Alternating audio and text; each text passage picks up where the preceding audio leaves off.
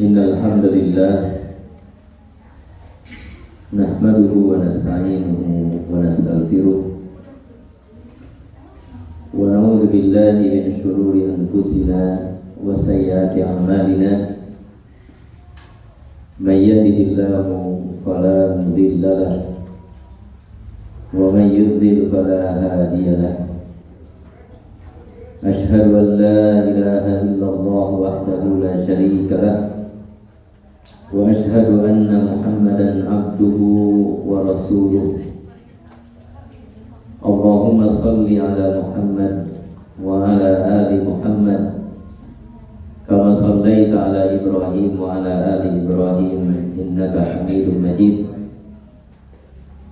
Allahumma barik ala Muhammad wa ala ali Muhammad kama barakta ala Ibrahim wa ala ali Ibrahim innaka Hamidum Majid. Ya ayyuhalladzina amanu taqullaha haqqa tuqatih wa la tamutunna illa wa antum muslimun. Amma ba'd, fa inna asdaqal hadits kitabullah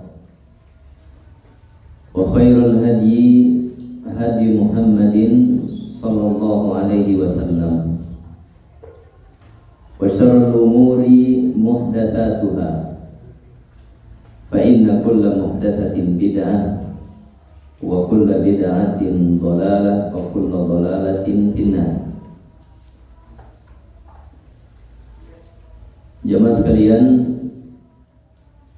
rahimani wa rahimakumullah,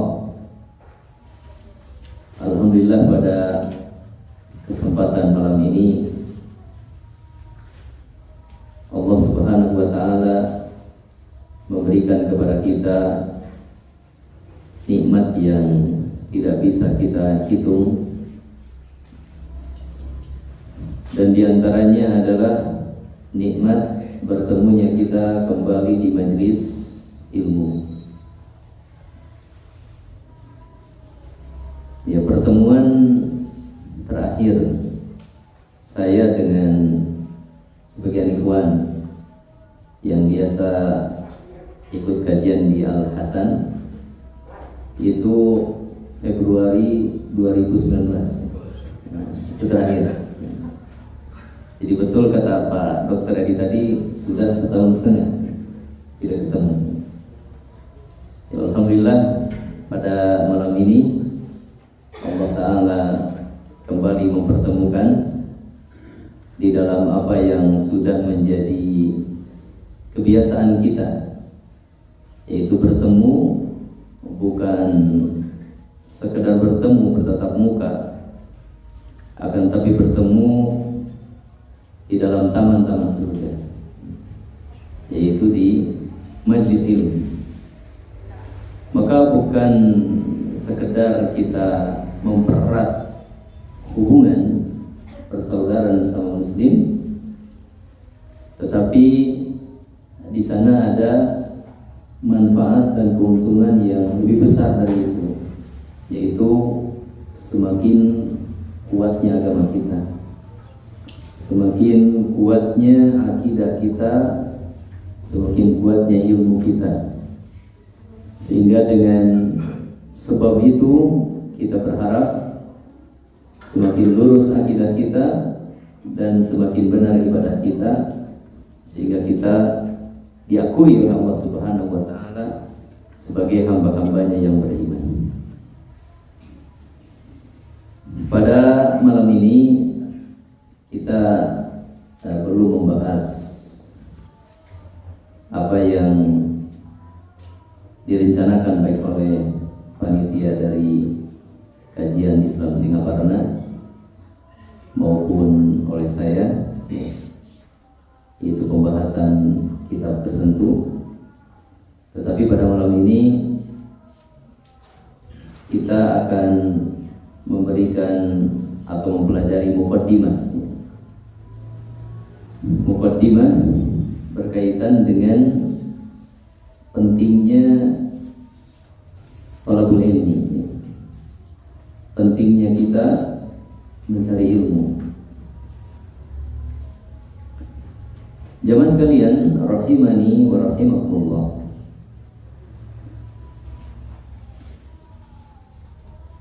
Al-Imam Ahmad Ibn Hanbal rahimahullah ta'ala,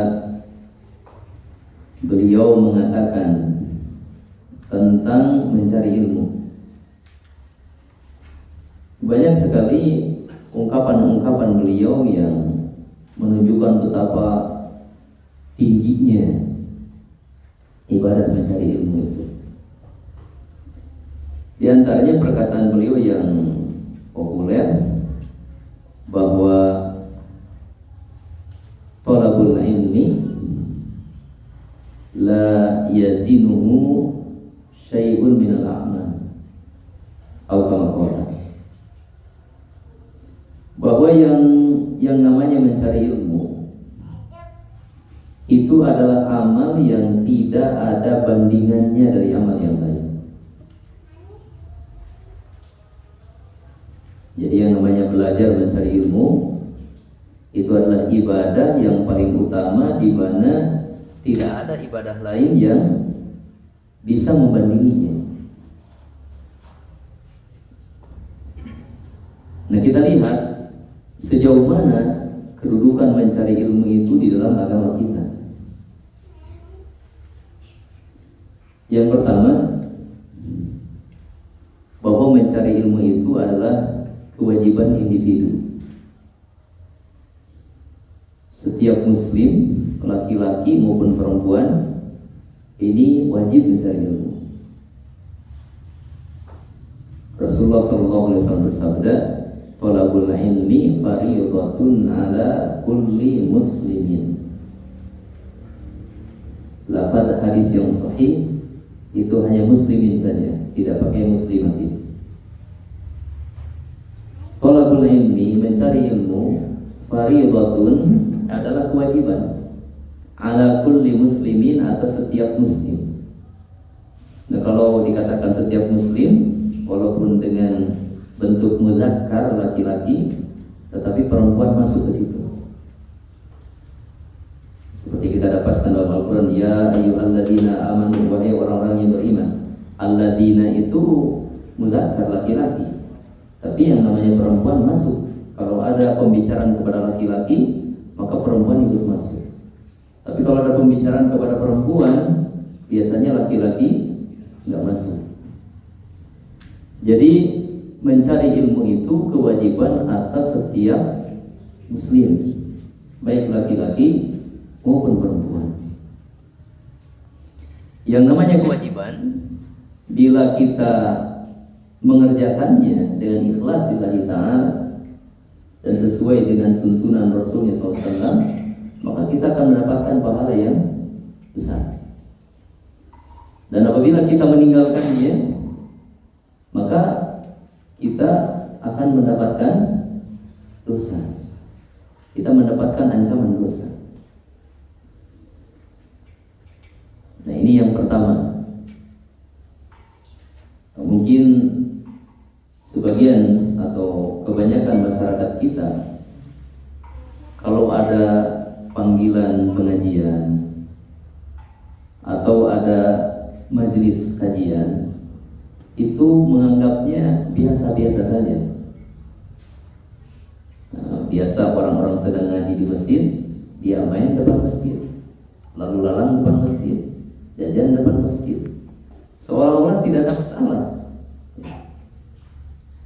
Tidak ada masalah dia meninggalkan majelis ilmu di tempat tersebut. Tapi kalau dia tahu tentang kedudukan atau hukum mencari ilmu, maka dia tidak akan meninggalkan majelis tersebut. Sebab meninggalkan majelis tersebut adalah dosa baginya.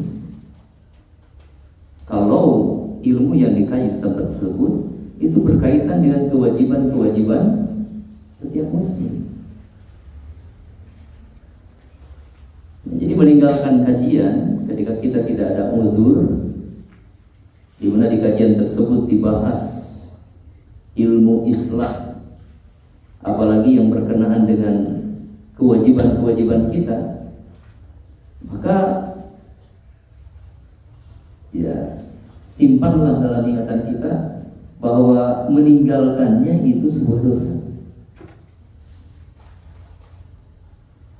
Nah, jadi jangan cuma sekedar kalau meninggalkan sholat saya berdosa, saya harus sholat.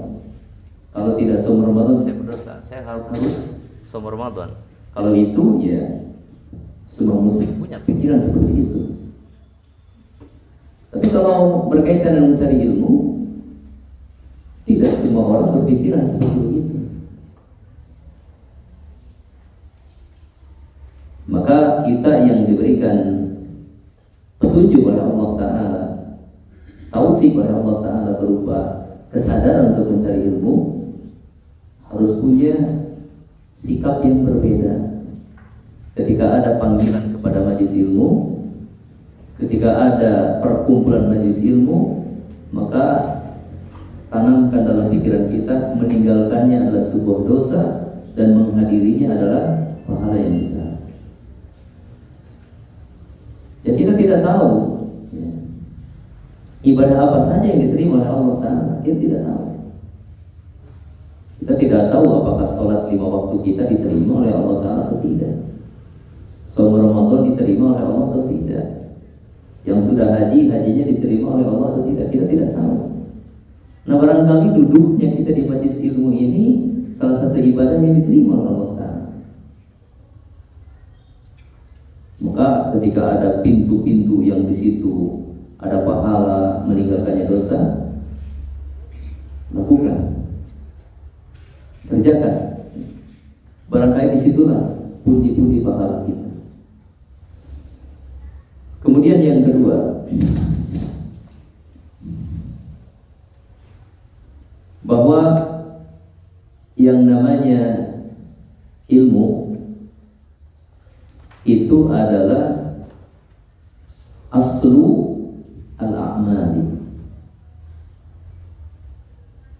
Yang namanya ilmu itu adalah asal bagi seluruh amal.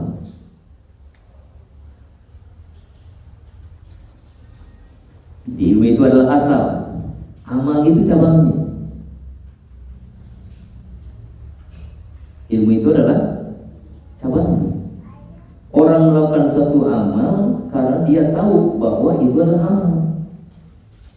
Kalau dia tidak tahu itu adalah amal, walaupun ternyata itu adalah hukumnya wajib dan keutamaan banyak, dia tidak akan melakukannya. Kenapa? Karena dia tidak tahu.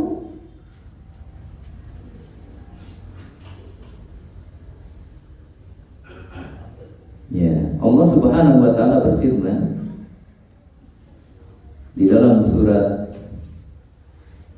Al-Fatih dan dalam surat-surat yang lain, karena ayat ini banyak yang bunyinya seperti ayat ini banyak. Di antaranya dalam surat Al-Fatih ayat 28, Allah Ta'ala berfirman, "Huwallazi arsala rasulahu bil huda wa dinil haq." Dia Allah yang telah mengutus Rasulnya dengan petunjuk dan agama yang hak. Para ulama ahli tafsir, dan itu saya temukan di dalam tafsir Ibnu Katsir, itu mengartikan al-huda ya, ketika dia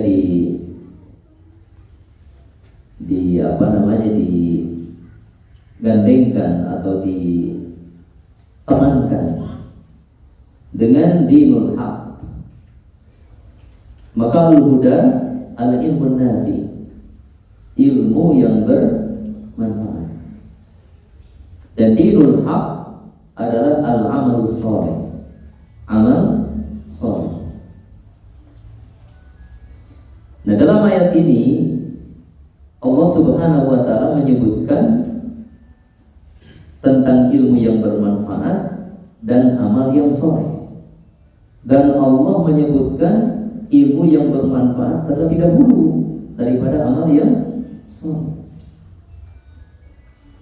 Maka ini menunjukkan bahwa amal shalih itu muncul dari ilmu yang bermanfaat. Maka kita bisa melakukan amal shalih yang besarnya, yang sedangnya, yang kecilnya, yang beratnya, yang ringannya, banyak atau sedikit, dianggap besar atau dianggap kecil. Kita bisa melakukan amal soleh tersebut kalau kita punya ilmu nafi. Ini yang bermanfaat.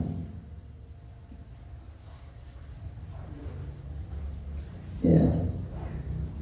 Maka ini menunjukkan kalau kita tidak punya ilmu yang bermanfaat, kita tidak bisa beramal soleh.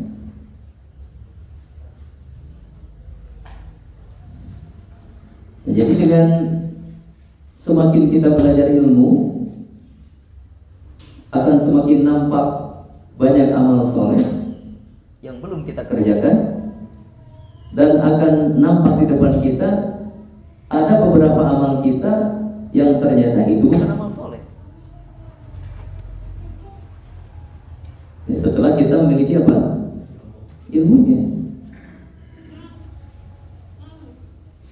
Dan amal soleh yang biasa kita lakukan ketika kita semakin pelajari ilmunya, maka kita mendapatkan ternyata ada beberapa bagian yang kita belum benar melakukannya.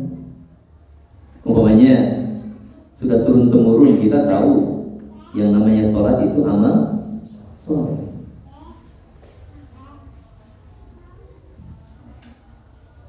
Dari kecil kita sudah dibiasakan sholat.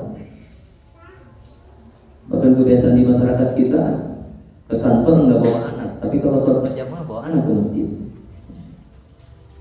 Entah mau menjadikan anaknya anak soleh atau mau ngasuh sambil sholat, nggak tahu. Kalau kantor, jangan ikut bapak mau kerja ini. Tapi kalau mau sholat, ayo, nggak mau ikut ya di bawah. Ya, ada yang alhamdulillah ikut sholat, ada yang main-main mengganggu sholat, sebagainya. Nah, itu sudah budaya di masyarakat kita. Jadi sejak kecil sebelum mengenal apapun yang namanya sholat, mereka sudah menyaksikan, sudah melihat. Nah, menyaksikan, melihat itu media belajar, media mencari ilmu. Jadi tahu sholat itu amal soleh, turun temurun dari kakeknya, bapaknya ngajak dia ke masjid sholat. Sehingga banyak di masyarakat kita karena tahu sholat itu adalah amal soleh dan tahu cara sholat karena melihat, mendengar, ikut melaksanakan, banyak yang sudah tidak mempelajari sholat lagi. Sehingga ketika ada orang yang kemudian mengajarkan tentang sifat sholat, membuat buku tentang sifat sholat, mengkritik beberapa perbuatan sholat, ya merasakan dia. Dan ini kan saya sudah tiap hari nih sholat. Saya sudah kenal sholat sejak kecil, sudah turun temurun.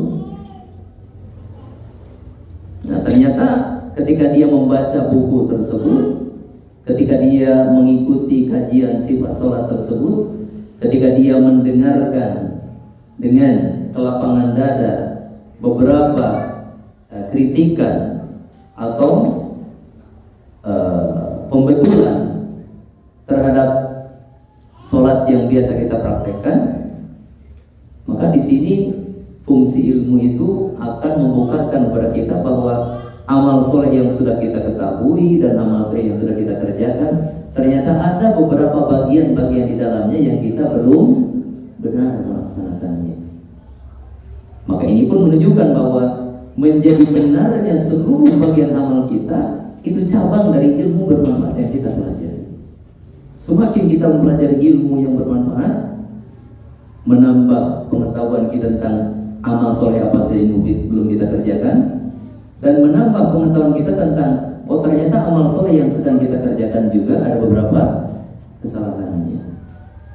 Nah, di situ bermanfaat, sehingga kita tidak mengaku saya sudah jadi ahli sholat, saya sudah jadi ahli saum Ramadan, saya juga sudah jadi Pak Haji berapa kali. Tidak akan mengaku begitu kalau seandainya dia sudah mempelajari tentang ilmu sholat, ilmu saum, ilmu haji.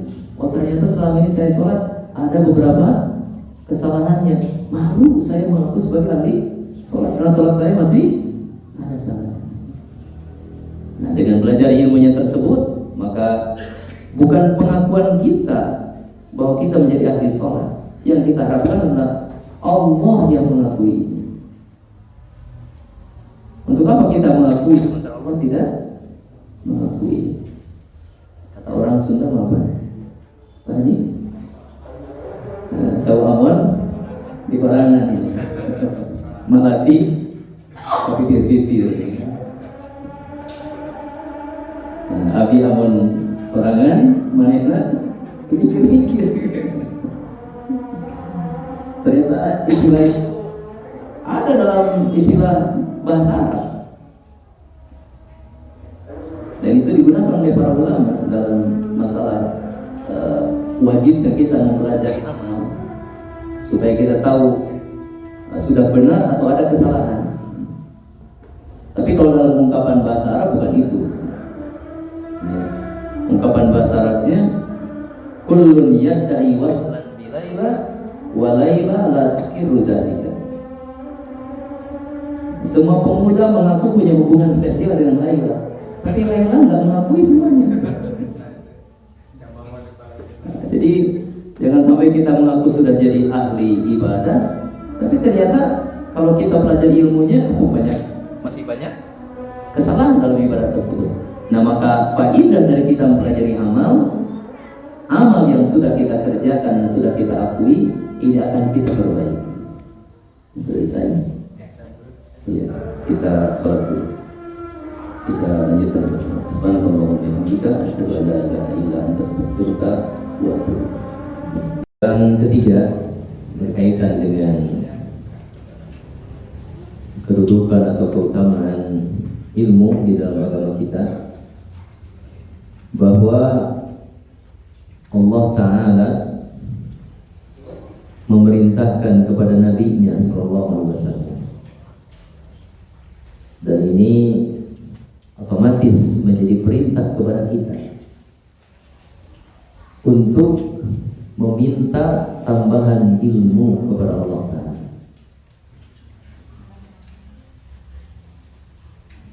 Ini satu-satunya yang diperintahkan untuk diminta tambahan ilmu. Allah tidak memerintahkan kita untuk minta tambahan harta, minta tambahan istri, minta tambahan anak. Tapi yang diperintahkan oleh Allah Ta'ala adalah minta tambahan ilmu. Allah Ta'ala berfirman kepada Nabi-Nya SAW dalam surat Toha ayat 114,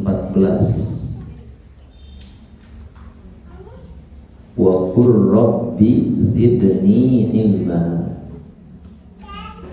dan katakanlah, yaitu berdoalah, Rabbi zidni ilma, wahai Rabbku, tambahkan untukku ilmu.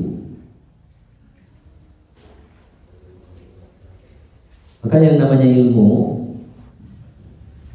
sebagaimana Nabi SAW itu bertahap di dalam mendapatkan ilmu dari Allah Ta'ala, maka demikian juga dengan kita. Sehingga pengetahuan yang kita dapatkan hari ini, ketika kita mempelajarinya lagi esok atau lusa, itu sangat bermanfaat. Antara meluaskan ilmu atau pengetahuan yang kita sudah miliki, atau memperbaiki kesalahan yang ada pada ilmu yang sebelumnya kita pelajari. Ya. Dan itu akan berimbas kepada amal kita, baik amal di dalam hati kita, akidah dan ibadah yang ada dalam hati kita, maupun amal yang ada pada lahiriah kita.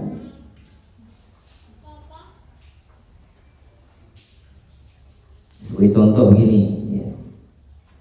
Ini besarnya peran ilmu. Ya. Kita mengenal Imam Syafi'i rahimahullah, itu disepakati oleh para ulama Ahlus Sunnah wal Jamaah, itu imam bagi Ahlus Sunnah wal Jamaah. di antara imam-imam Ahlussunnah wal Jamaah, menjadi rujukan. Imam Syafi'i itu terkenal dengan dua versi pendapatnya. Ada namanya Al-Qaulul Qadim, itu pendapat-pendapat beliau dulu ketika di Baghdad. Kemudian ada Al-Qaulul Jadid, setelah beliau menetap di Mesir sampai meninggal. Ternyata tulisan beliau, fatwa-fatwa beliau, itu beliau pelajari lagi setelah beliau pindah ke mana? Ke Mesir. Setelah dipelajari, ada beberapa masalah yang kemudian beliau merevisinya, merubahnya. Kenapa? Sebab mendapatkan tambahan ilmu yang baru. Maka jangan dianggap aneh atau kita jangan sampai heran bila melihat perubahan kepada seseorang setelah dia rajin mengikuti majelis ilmu. Justru kita harus bersyukur kalau perubahannya kepada yang baik, bukan berubah menjadi terorisnya. Nah, itu majelis yang tidak benar. Ini sholatnya menjadi bagus, akidahnya menjadi lurus, gitu kan? Muamalahnya menjadi baik, gitu. Maisahnya nggak sembarangan, tapi dipilih-pilih yang halal dia ambil, yang haram dia tinggalkan. Nah, itu dengan belajar semakin berkembang, pengetahuan bisa mengalami perubahan, dan amal pun bisa berubah menjadi lebih baik. Kalau di dalam hasanah ilmu fikih, ya, itu dikenal dengan ada namanya prinsip nasakh, yaitu ada nasikh dan mansuh. Mansuh ini hukum yang lama yang ditetapkan oleh suatu dalil, dan itu sudah ditetapkan menjadi sebuah ilmu berkaitan dengan hukum suatu permasalahan. Adapun nasikh ini adalah hukum yang terakhir yang menghapus hukum lama. Nah, ternyata ilmu ada perubahan itu. Ilmu yang lama dihapus dengan ilmu yang baru. Nah, jadi kita dalam pelajari ilmu agama ini, ya tidak bedanya seperti kita mempelajari ilmu dunia. Kalau kita dulu belajar komputer mungkin pakai disket, ya. Terus cara mengoperasikan juga yang sederhana-sederhana. Kalau masih tetap itu yang kita pegang, tidak menambah pengetahuan dengan kemajuan teknologi sekarang, ketinggalan. Jadi disket di mana sekarang? Sudah nggak ada sekarang. Sudah nggak ada sekarang. Sudah kan zaman. Atau dulu belajar mesin ketik gitu, 11 jari istilahnya. Kalau kita tidak mempelajari komputer sekarang, ya ketinggalan zaman. Memang ilmu agama itu sudah bagus setelah Nabi SAW meninggal. Tetapi yang dimaksud di sini bahwa banyak ilmu yang belum kita pelajari, sehingga dengan terus-menerus kita menambah belajar akan semakin tergali.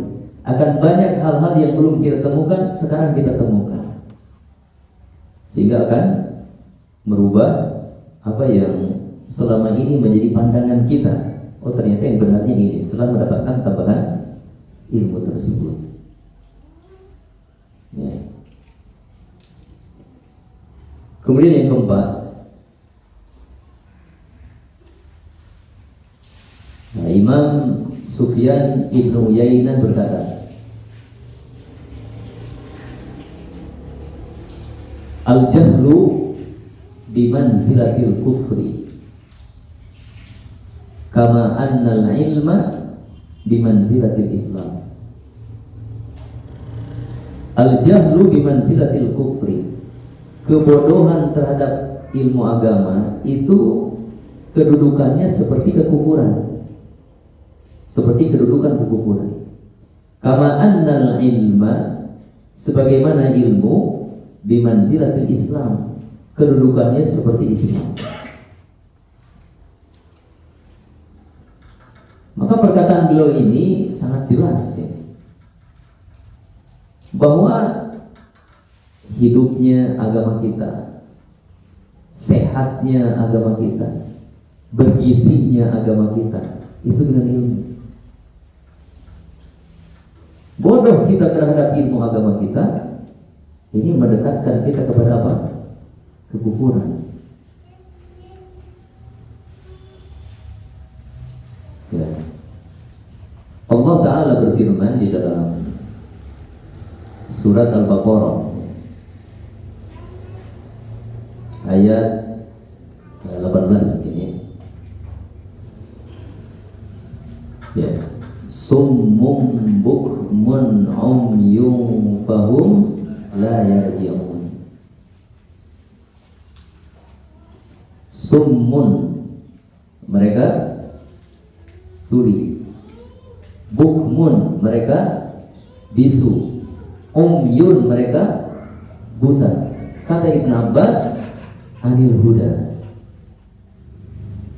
Mereka tuli, maksudnya nggak mau dengar ilmu. Mereka bisu, maksudnya nggak mau membicarakan ilmu. Mereka buta, maksudnya nggak mau melihat ilmu. Fahum la yarji'un, kata Ibn Abbas, ilal huda.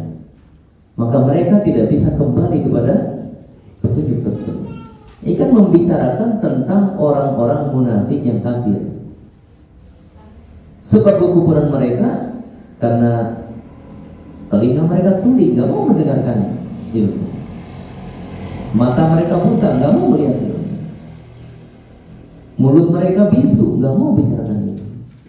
Maka mereka tidak kembali kepada jalan petunjuk Allah dan Rasulnya Sallallahu Alaihi Wasallam.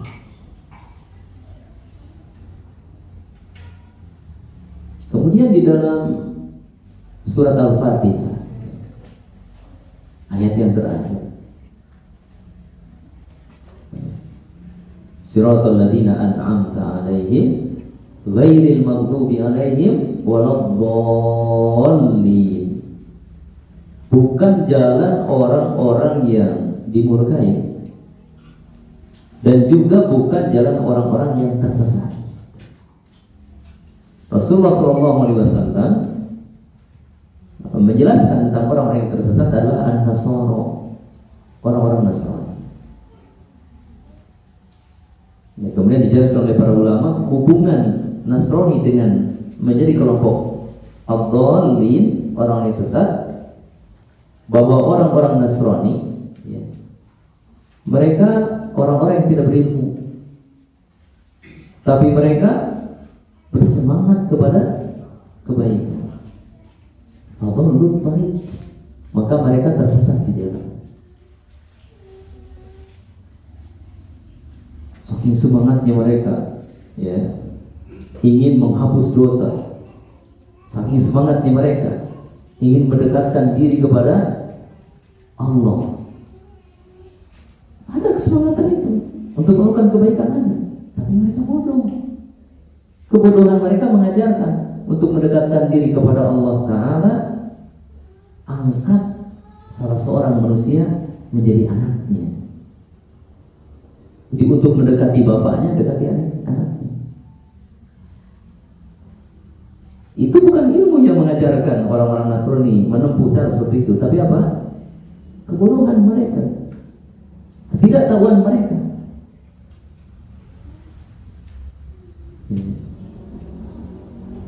Nah, jadi dengan sebab kebodohannya, dengan sebab tidak mau mempelajari ilmu ini, maka orang-orang Nasrani tersesat dalam kekufuran, tersesat di dalam kesyirikan, sampai-sampai manusia diangkat menjadi anak Tuhan.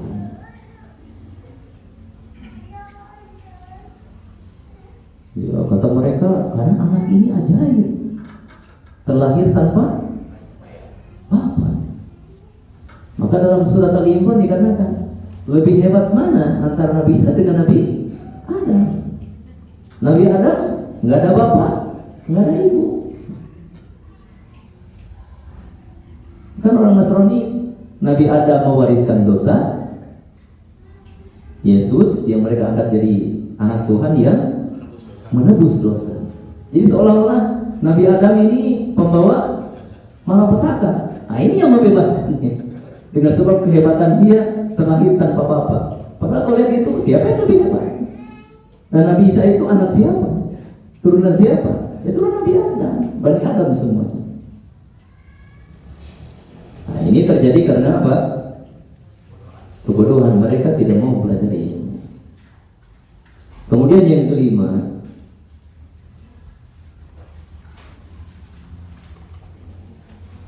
bahwa mencari ilmu min alamatil khair, itu adalah ciri kebaikan seseorang.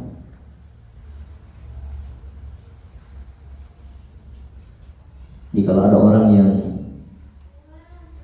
suka mendengarkan ilmu, suka membaca ilmu, suka membicarakan ilmu, ringan kakinya untuk dilangkahkan ke majelis ilmu, ini adalah ciri kebaikan orang tersebut.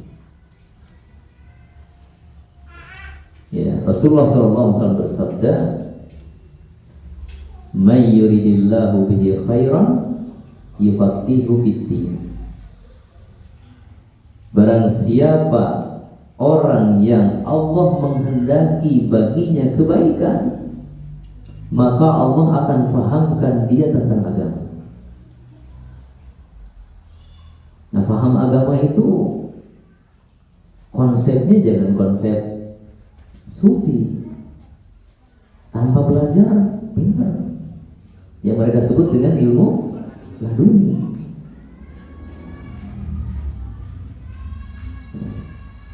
Yang namanya ilmu itu dalam agama kita harus ada usahanya mencari.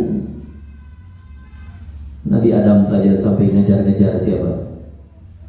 Nabi Musa alaihissalam sampai mengejar-ngejar siapa? Khidir, untuk belajar ilmu. Allah Ta'ala perintahkan Nabi Musa untuk belajar kepada Khidir. Padahal secara tingkat Nabi Musa lebih tinggi, dia Nabi dan Rasul. Khidir, ada orang mengatakan Nabi tapi bukan Rasul. Sebagian ulama mengatakan orang soleh, bukan Nabi dan bukan Rasul. Jadi kenabian Khidir pun diperselisihkan kepada ulama. Yang pasti Nabi Musa itu tingkatannya lebih tinggi. Tapi ada ilmu yang Nabi Musa tidak ketahui dan Khidir mengetahui. Maka Allah telah perintahkan untuk mengikuti. Sampai di mana-mana ya sama Khidir kan? Sekali lagi kamu bertanya, sudah. Jangan ikuti saya. Iya. Ada kejadian kedua, nanya lagi nanti. Sudah, berhenti, kita berpisah. Iya. Sampai yang ketiga, nanya lagi. Sudah. Ada firaqum baini wa baini. Ini perpisahan antara saya dengan kamu. Sudah sampai di sini. Akan saya jelaskan kisah-kisah yang tadi terjadi. Nah, setingkat Nabi dan Rasul, bahkan termasuk ulul azmi, yang sebenarnya untuk mendapatkan ilmu Allah bisa saja langsung melalui cara apa?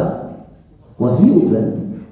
Tapi ternyata Nabi Musa diperintahkan untuk belajar juga kepada sesuatu. Itu artinya bahwa yang namanya ilmu harus dicari. Kita harus bekerja untuk mendapatkan ilmu. Maka orang yang mencari ilmu itu adalah ciri Allah menghendaki kebaikan kepadanya. Tadi katakan dalam sebuah hadis yang hasan, kun aliman au muta'alliman au muhibban lil ilm wala takun rabi'an fatahlah. Kun aliman, jadilah orang yang berilmu, au muta'alliman, atau orang yang mempelajari ilmu. Jadi sepanjang hayatnya belajar terus. nggak merasa menjadi orang alim, muta'alim. Padahal dia bisa jadi orang alim, dan orang alim itu nggak merasa menjadi orang alim. Kalau ada orang alim merasa orang alim, nah dia sebenarnya bukan orang alim. Atau jadi orang yang mencari ilmu, au muhibban lil ilmi, atau orang yang mencintai ilmu. Ya mungkin kita masuknya yang ketiga, mudah-mudahan minimal ini. Karena waktu kita tidak dihabiskan untuk ilmu. Tinggal ngitung lah. Satu pekan ini 7 hari, berapa hari khusus untuk ilmu? Dan habis hari ini ngitungin berapa jam? Berapa jam? Dari 7 kali 24 jam, berapa jam yang kita khususkan untuk ilmu? Jadi untuk jadi alim, muta'alim pun belum sampai. Karena muta'alim itu ya mustafrid lil ilm, orang yang memang mengkhususkan waktu itu belajar. Nah kita ini muhib, mencintai ilmu, sisa kerja cari ilmu, di luar jam sibuk cari ilmu, itu pun kalau nggak capek badannya. Nah, jadi tapi itu masih termasuk orang yang selamat, karena masih mencintai untuk mencari ilmu. Wala takun rabian, jangan jadi yang keempat. Fatahlak, maka kamu celaka. Jadi orang alim enggak, mengkhususkan waktu untuk belajar ilmu tidak, mencintai ilmu juga tidak. Nah, ini yang celaka. Celaka. Karena yang namanya kebodohan itu, sebagaimana ilmu itu adalah cahaya yang menuntun kita kepada Islam, maka kebodohan itu adalah kegelapan yang menuntun kita kepada kesesatan. Jadi jam berapa ini Pak Dokter?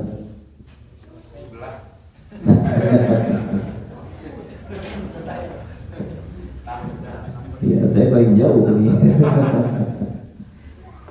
Ya. Ya, jemaah sekalian rahimahullah. Nah, ini untuk menyegarkan kembali kesemangatan kita untuk mencari ilmu. Di sana banyak sekali keutamaan-keutamaan berkaitan dengan ilmu. Mudah-mudahan 5 perkara ini sedikit saya sampaikan, tapi bisa menjadi ilmu. Ilmu itu dihafalkan, dipahami, dikerjakan. Nah, tingkatan pertamanya dihafalkan ini. Satu apa tadi?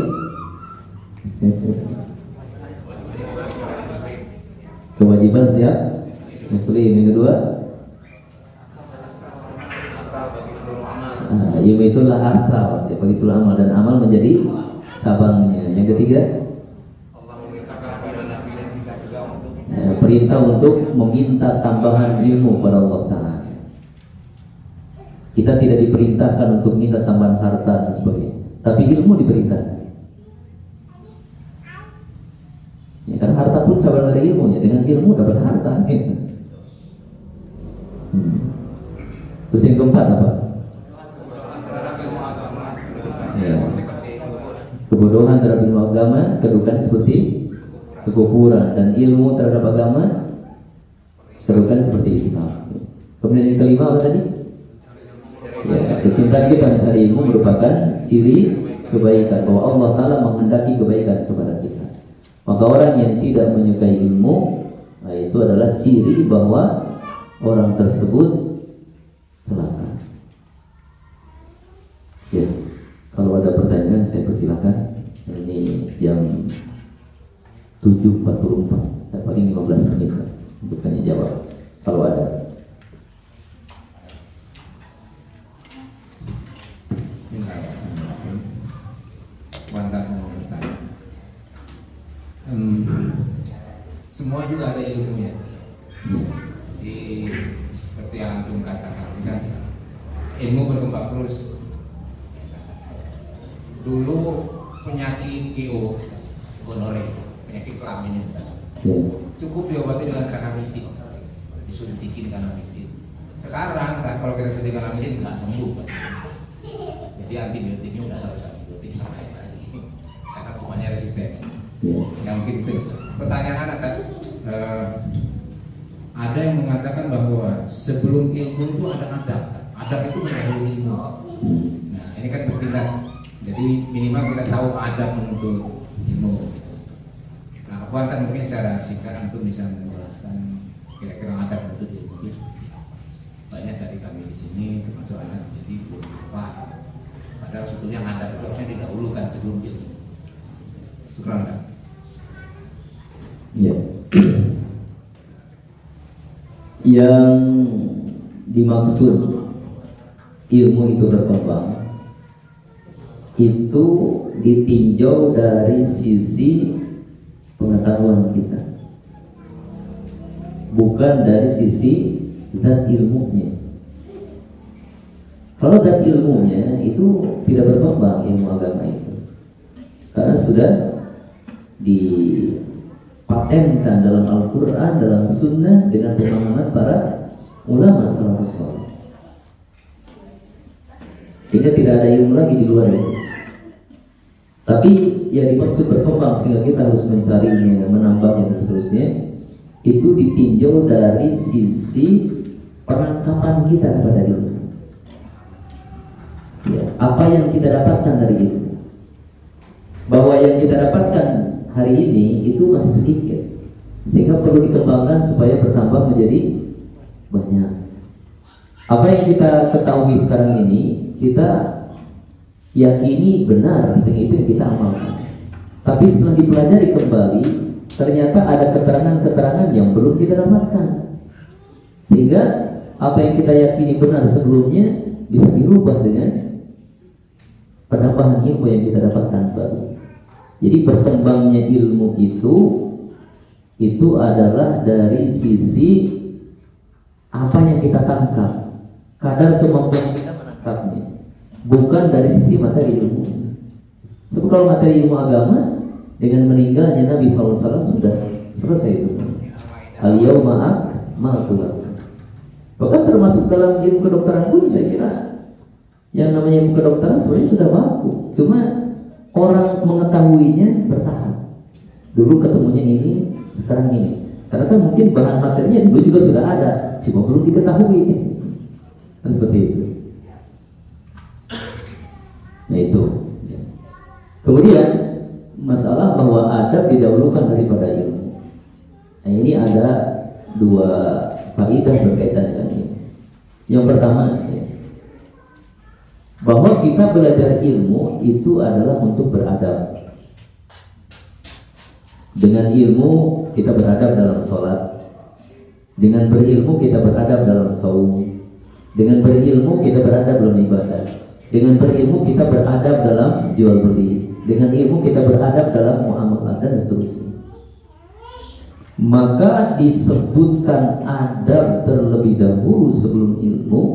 Itu maksudnya mengingatkan orang kepada tujuan utama belajar ilmu.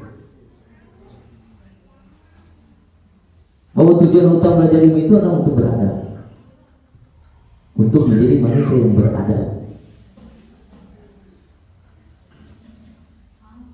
Jadi itu mengingatkan tujuan, karena ilmu itu adalah sarana untuk mencapai kepada tujuan. Kemudian yang kedua, bahwa adab itu adalah salah satu cara dan sebab mendapatkan ilmu. Ya. Jadi mencari ilmu itu ada caranya, itu ada belum cari ilmu. Sebab kita mendapatkan ilmu itu ada sebabnya. Kita mendapatkan ilmu ada sebabnya. Di antaranya adalah adab.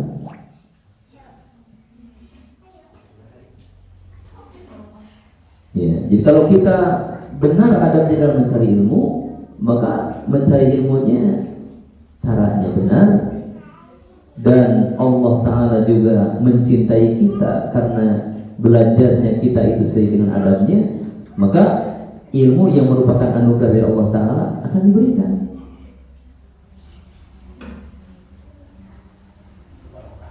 Ya, Imam Syafi'i rahimahullah ta'ala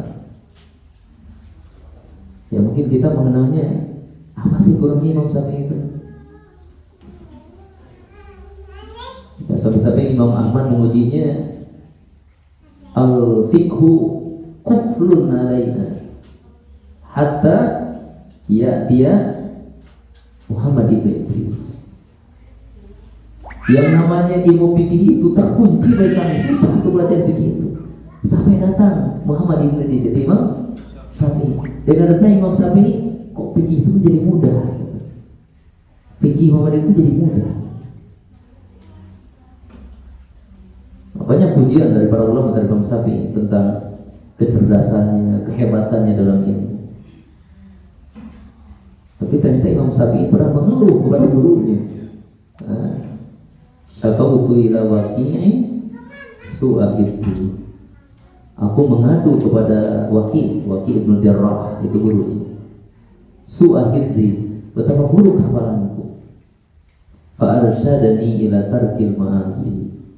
Maka guruku menasihatiku supaya aku meninggalkan maksiat.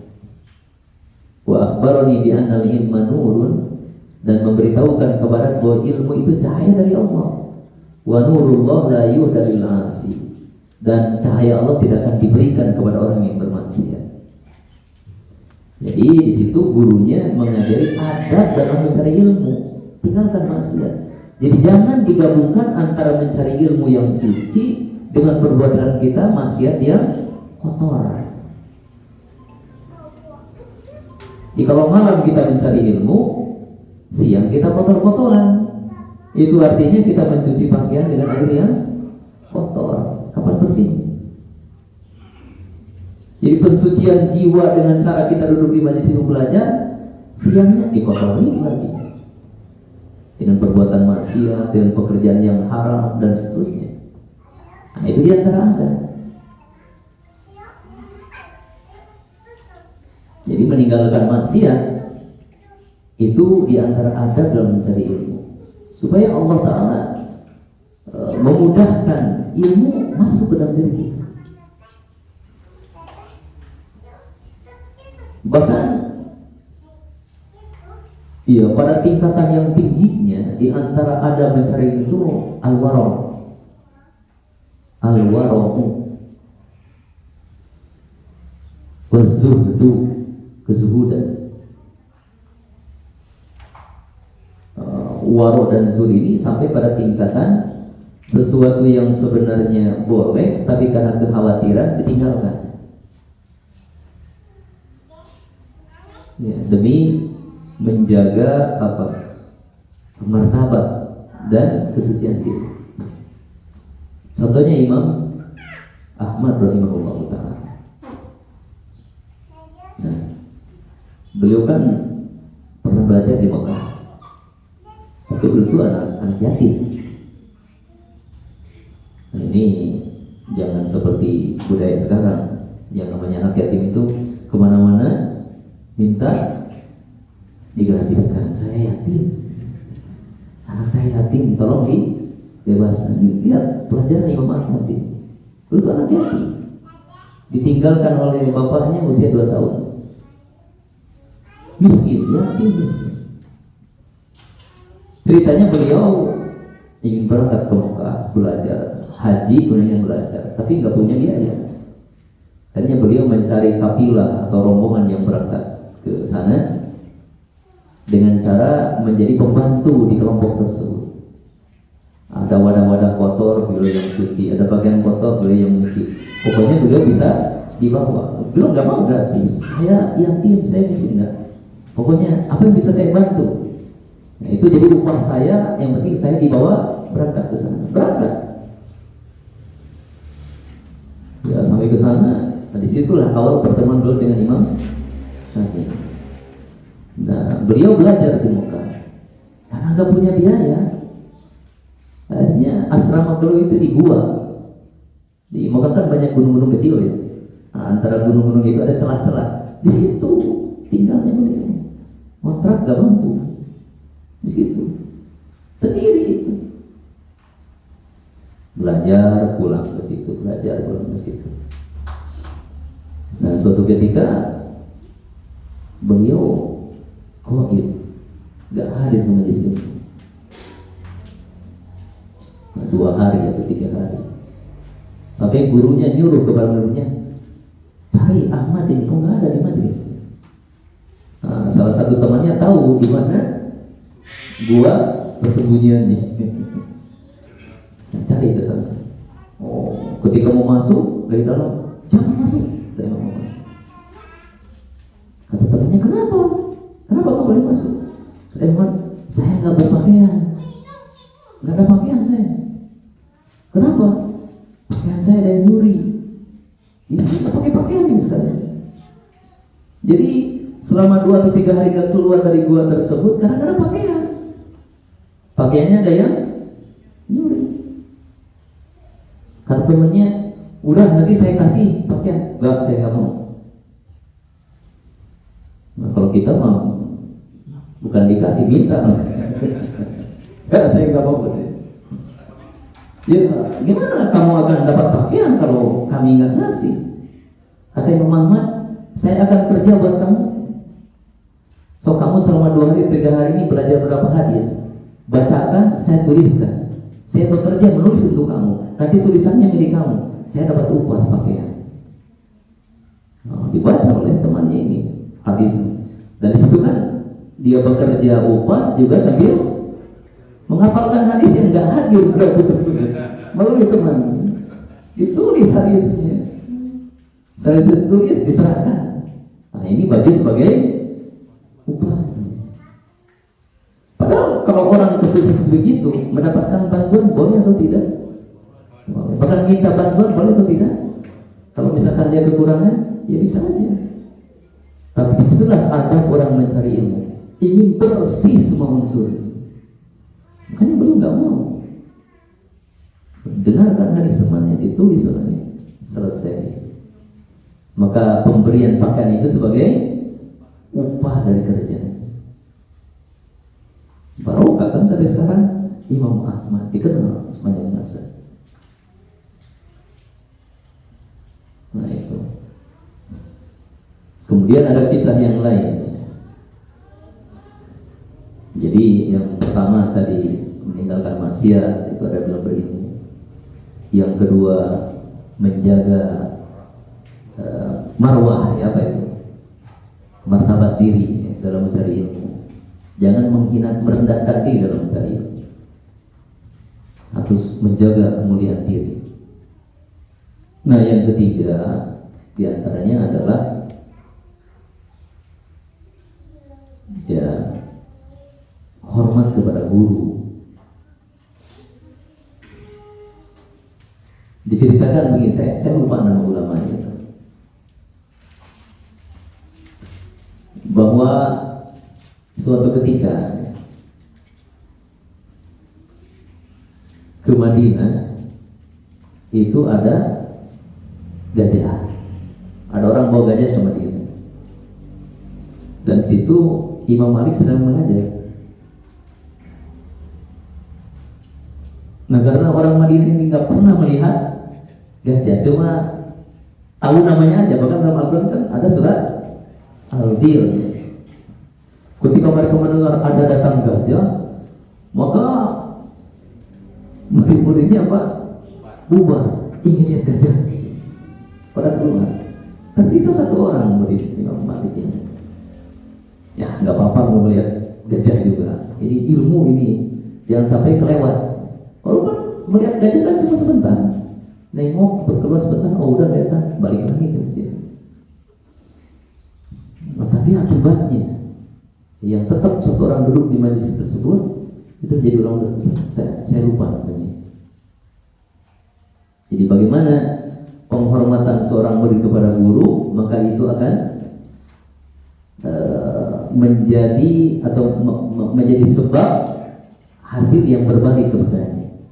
Jadi semakin besar penghormatan kita, perhatian kita kepada ilmu, maka akan semakin besar juga pendapatan. Akan semakin besar juga pendapatan. Bahkan itu termasuk kisah Imam Ahmad. Imam Ahmad ketika berguru ilmu kepada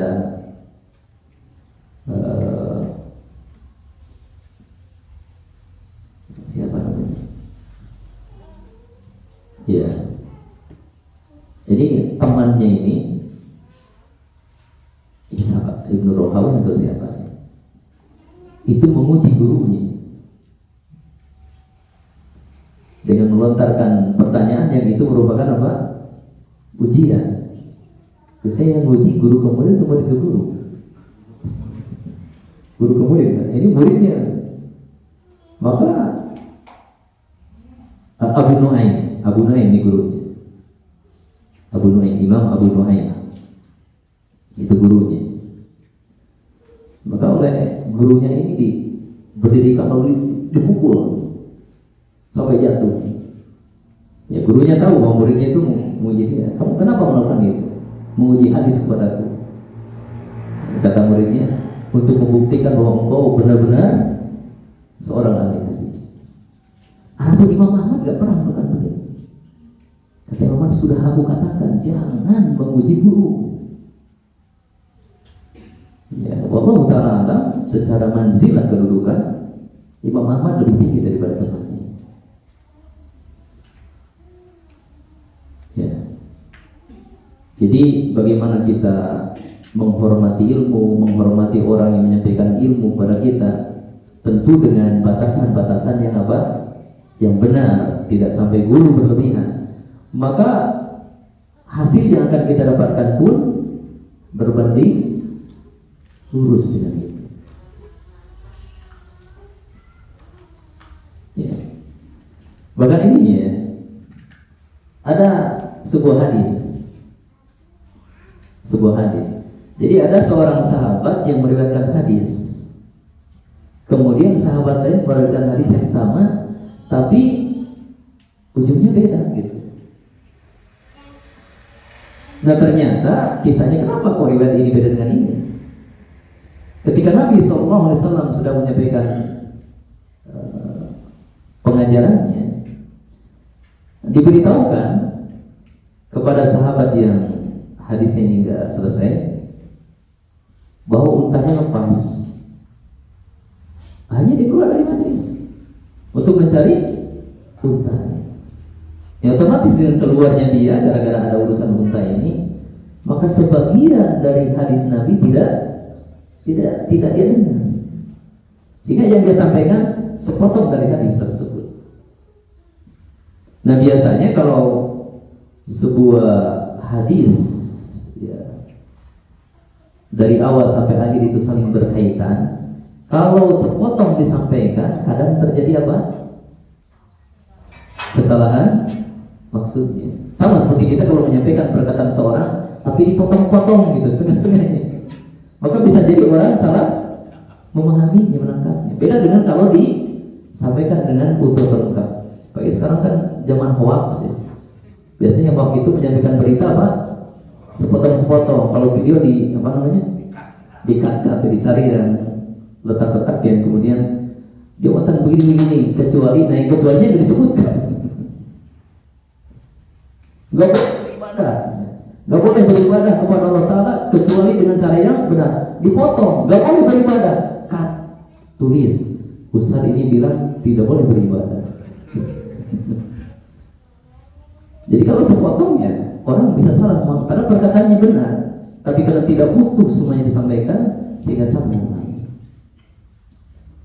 Makanya diantara adab mencari ilmu itu adalah belajar ilmu harus tuntas. Ya kalau belajar kitab itu harus tuntas gitu. Nah, kitab cuma 3 lembar misalkan, tuntas. Kalau potong di tengah jalan, sementara yang awal dengan yang akhir nyambung, sambungannya potong ya apa putus. Akhirnya bisa salah apa? Memahami.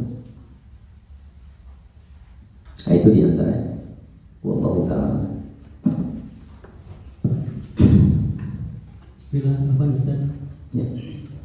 Mengenai ibadah kita yang selama ini dulu Ustaz, tidak banyak yang salahnya karena belum mengenal ilmu. Ya. Seperti wudu atau sholat Ustaz. Ya. Nah ketika kita sekarang sudah tahu, terus di masyarakat kita melihat ada yang seperti kita dulu Ustaz, belum tahu ilmunya dalam beribadah, Tapi ketika akan mengingatkan kita ada kagok gitu Ustaz, itu kan diustadkan. Masa saya memberitahu gitu, karena Ustaz kan diustadkan. Terus kita membiarkan Ustaz karena nggak berani ngomong. Status kita gimana Ustaz? Apakah berdosa? Demikian Ustaz. Iya. Syukur. Oh iya.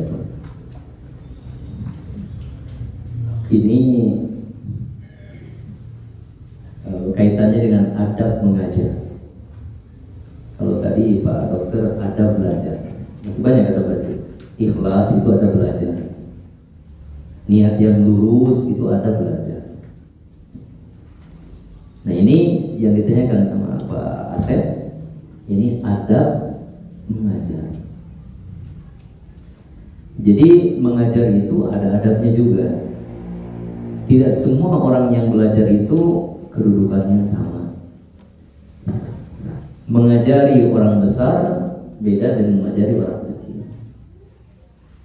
Mengajari penguasa beda dengan mengajari rakyat. Nah, dalam akidah Ahlussunnah wal Jamaah tidak boleh menentang penguasa.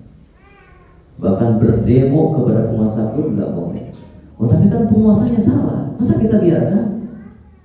Nah ini orang yang kemudian mengatakan seperti tadi, ini artinya dia tidak mengetahui adab mengajari penguasa. Jadi mengajar juga ada adab. Bagaimana kita mengajari anak TK, anak SD, SMP, SMA, itu beda perlakuan kita. Ya, mengajari santri dan mengajari masyarakat beda perlakuan kita.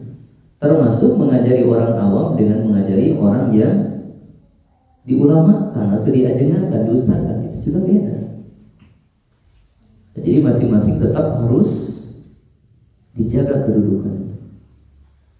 Contoh begini, Rasulullah SAW ketika mendakwahi penguasa itu disebut kedudukannya. Kalau bahasa kita mungkin yang bahasa istilah sekarang, yang kami hormati raja mana.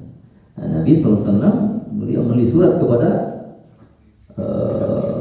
Kaisar Romawi diantaranya, Heraklius. Maka suratnya apa? Bismillah. Ini yang menjadi percakapan Nabi kepada dia apa? Ila azimir Rum, kepada penguasa Romawi.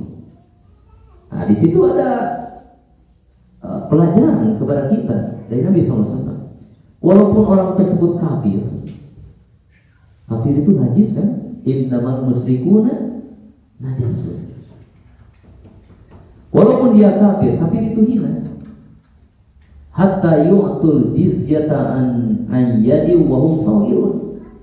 Sampai orang kafir itu memberikan jizyah, upeti kepadamu dalam keadaan mereka terhina. Jadi orang kafir itu walaupun raja apa? Akidahnya najis dan orangnya hina. Tapi Nabi memperlakukannya dengan hormat. Ila azimir Rum, kepada penguasa Romawi, dihormat kedudukannya. Jadi tidak gara-gara kafir, tidak kemudian ila Herakla misalnya kepada Heraklius, nggak pakai yang kami hormati raja, nggak usah pakai itu karena kafir dia.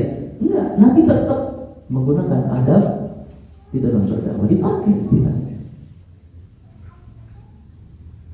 Makanya seperti sekarang ini, misalkan kepada pemerintah kita, kepada penguasa kita, ya dengan menyebut sekedar nama saja itu tidak sesuai dengan sunnah Nabi SAW. Nabi kepada orang kafir saja menyebut penguasa Romawi. Masa kita kepada pemimpin kita yang Muslim kepada ya nggak disebutkan kedudukannya, itu artinya apa? Tidak punya adab dalam. Ya bagaimana orang akan simpati kepada kita ketika kita tidak menyampaikan dengan cantik, dengan indah, dengan adab yang disukai orang. Ya saya pernah dengar kisah tentang Al-Hasan dan Al-Husain kalau tidak salah. Melihat seorang tua yang wudunya salah. Nah, ini masih kecil Pak Hasan dan Husain. Tidak kemudian, wahai bapak, wudu kamu salah. Enggak. Nah, tapi apa? Ya, Hasan dan Husain kemudian wudu dan minta, Pak, tolong lihat wudu saya. Wudu dulu. Kata Hasan Husain, siapa yang wudunya salah Pak? Tolong nilai wudu kamu. Kata si bapak, wudu kalian bagus, yang salah saya. Jadi dia merubah wudunya. Tapi mungkin kita enggak selamanya begitu kan? Itu artinya teknik mengajari orang yang besar, ya, banyak cara-caranya. Yang itu adalah tidak kemudian menjatuhkan martabatnya, tidak menurunkan kedudukan. Itulah hikmahnya kenapa harus kena meyakini bahwa kepada penguasa, kesalahan penguasa kita tidak boleh berontak, tidak boleh menentang, tidak boleh sampai berdemo pun tidak boleh. Kenapa? Karena cara-cara tersebut, jangankan penguasa mau menerima, simpati aja enggak gitu. Simpati aja enggak. Orang biasanya terbuka hatinya kalau ada apa? Simpati. Nah, kalau tidak ada simpati, yang ada adalah benci, ya nerima juga hanya ya, ulasan manis bibir aja, pada hatinya gak nerima gitu. Yang ada di hatinya mikir, kapan saya membalas orang itu? Tunggu saja pembalasan. Nah, Allah. Ya. Ini kaitan dengan ilmu nafi'annya. Tadi kan ada disebutkan ada alim, muta'alim sama kibar gitu. Otomatis kan kita berangkat dari kejahilan gitu, berangkat dari tidak tahu gitu kan. Ini di sini masalahnya orang yang ada semangat gitu, masa untuk menuntut ilmu, tapi tidak terarah gitu. Dan ini juga pernah terjadi sama diri saya gitu kan. Nah kan ketika itu kan intinya ketika ngaji itulah kebenaran gitu. Yang penting ngaji itu kebaikan. Tidak tahu bagaimana gitu kan isi dari itu gitu kan, karena tidak tahu manhaj apa gitu segala macam itu. Nah itu bagaimana kiat-kiat itu pun mungkin bagi orang-orang yang awal-awal seperti ini untuk terhindar dari pengaruh gitu kan, pemikiran-pemikiran yang menyimpang dari Islam itu sendiri. Karena banyak itu kajian-kajian mungkin ustaz-ustaz yang dianggap kebenaran gitu kan. Yeah. Nah ini fenomena yang disebar seperti ini gitu. Iya. Kebiasaan antara para ulama sejak dulu adalah yuzakki ba'dhum ba'dha. Sebagian mereka merekomendasikan kepada yang lain. Jadi memang benar, jangan sampai kita salah guru. Alih-alih kita mencari kebenaran, justru malah disesatkan dengan sebab salah guru. Nah, jadi intinya adalah kita belajar itu harus mencari guru yang benar. Sebab guru yang sesat bagaimana akan menyelamatkan kita? Guru yang selamat aja belum tentu menyelamatkan kita, apalagi guru yang sesat.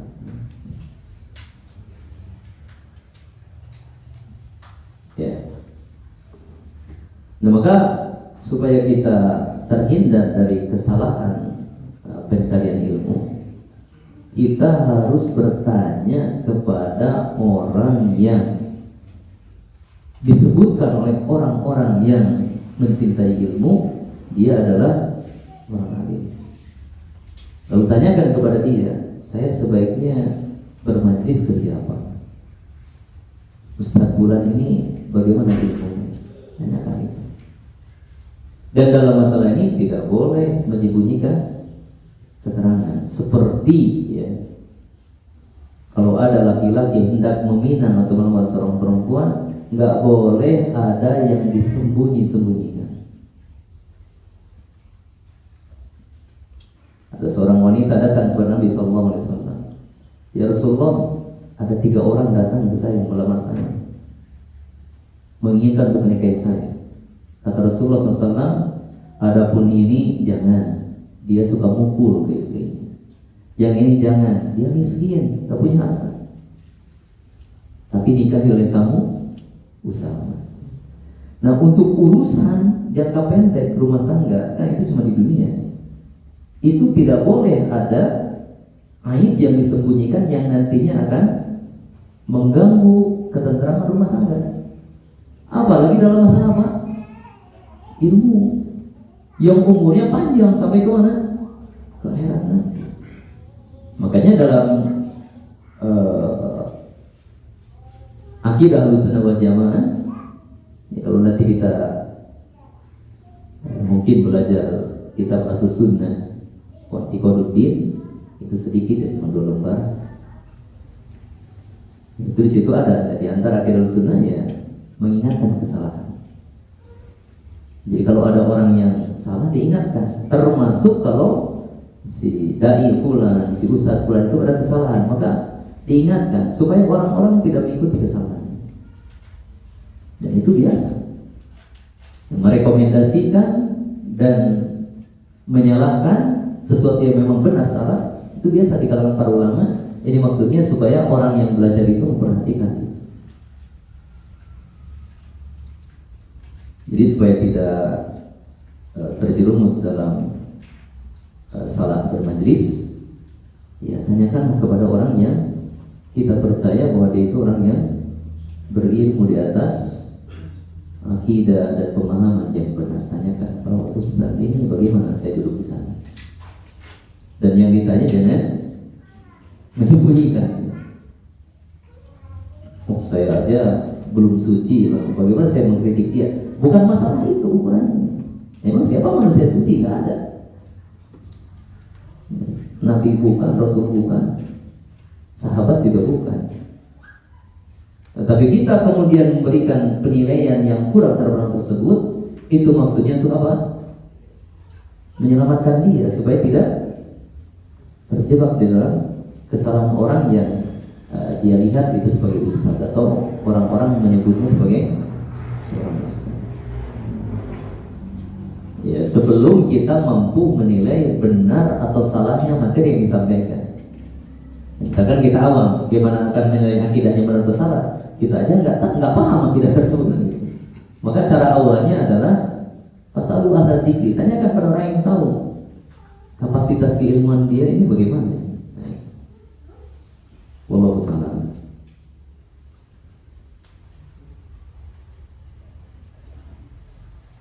Nah, yang terakhir mungkin ya, Dokter.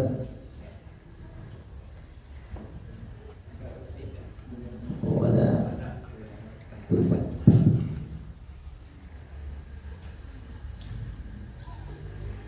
Nah, coba saya bisa dibantu.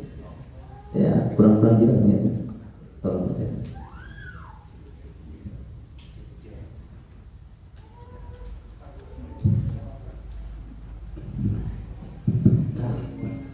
Bismillah.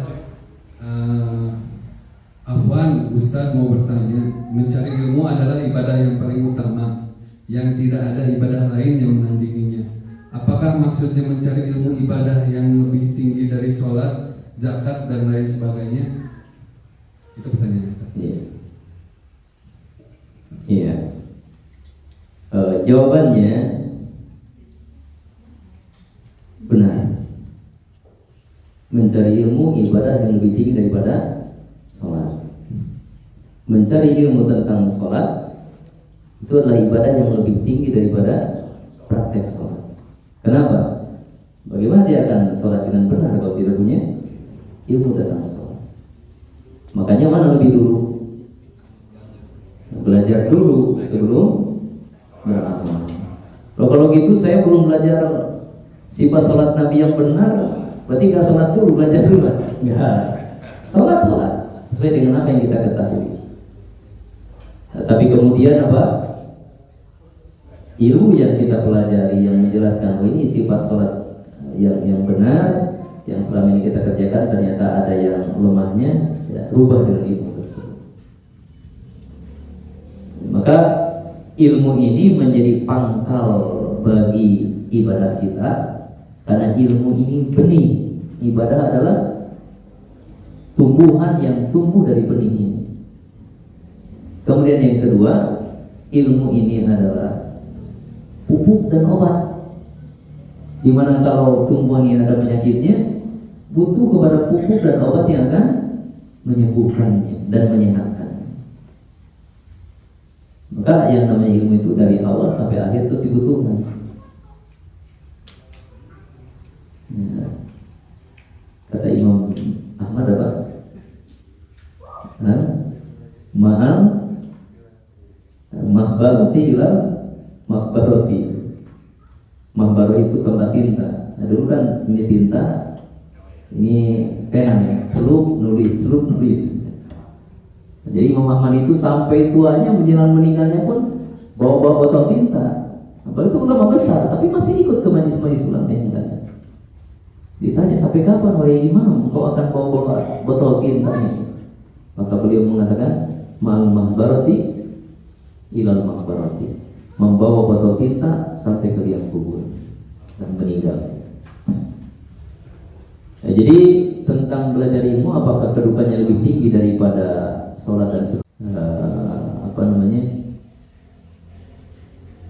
yang sunnah? Contohnya contohnya adab dalam makan dan minum misalkan, karena kebanyakan itu perkara yang sunnah.